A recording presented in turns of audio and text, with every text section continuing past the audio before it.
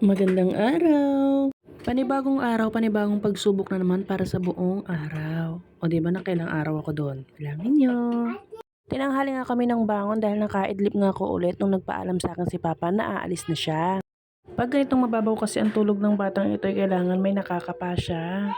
At dahil mag-aalas 8 na nga ng umaga ay bumangon na ako.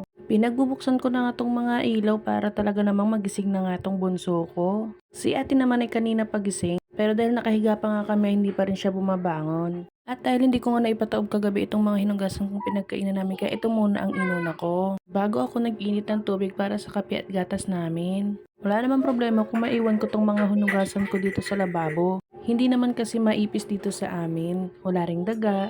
Pasensya na nga pala kayo sa background ko dahil wala talaga akong mapagpwestuhan na mapag-voice over na hindi maririnig ang ingay ng mga bata. Kasalukuyan kasi nag-i-enjoy sila sa paglalaro ng kanilang luto-lutuan. At pagkatapos ko nga ipataob yung mga plato ay nagsalang na rin ako ng mainit na tubig at ito nga kasalukuyan ng aming higaan hindi pa ako nakakapagligpit. At habang inaantay nga nila yung ire-ready kong almusal namin ng mga tinapay at gatas kape, heto at nanonood nga muna sila. At dahil nakalimutan ko nga bumili ng aking kape, yung kape na hiwa-hiwala hindi 3-in-1, itong kape ni Papa muna nga ang gagamitin ko. Naglabas na rin ako ng baso ng mga bata at yung gatas naman. Sa gatas nga pala na ginagamit ko, Bear Brand Swak Pack ang gamit ko sa gatas at choco naman ay Birch Tree. Hindi kasi bet ng panganay kong anak yung choco sa Bear Brand, kaya pinag-iba ko na lang. At naalala ko nga pala na i-ready ko na itong mga pagkakapian niya itong mainit pala, hindi ko pa pala nasalangan. Kaya habang nakasalang yun ay nagtupi muna ako nitong hinigaan namin.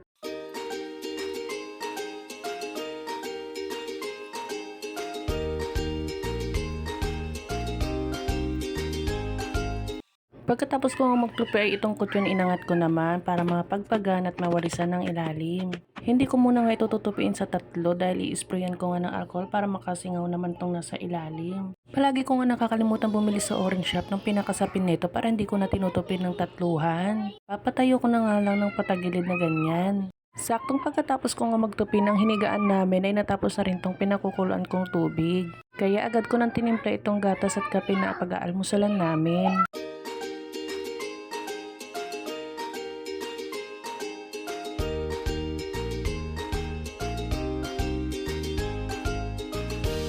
At dahil late na nga kami bumangon ng higaan, kaya ito hindi na ako nakabili ng almusal sa labas. Ito na lang ang aalmusalin namin kung ano yung mga stock ditong tinapay. Etong mga stock na tinapay ko naman ay ito yung mga gustong gusto talaga nilang kinakain. At gaya nga ng inaasahan, tiger lang talaga yan si ate. Deng! Tapon mo sa basurahan. Good job. So ayan guys, kain nga po tayo. At hindi ko nga napansin ang oras, umupo lang ako dun para mag-almusal.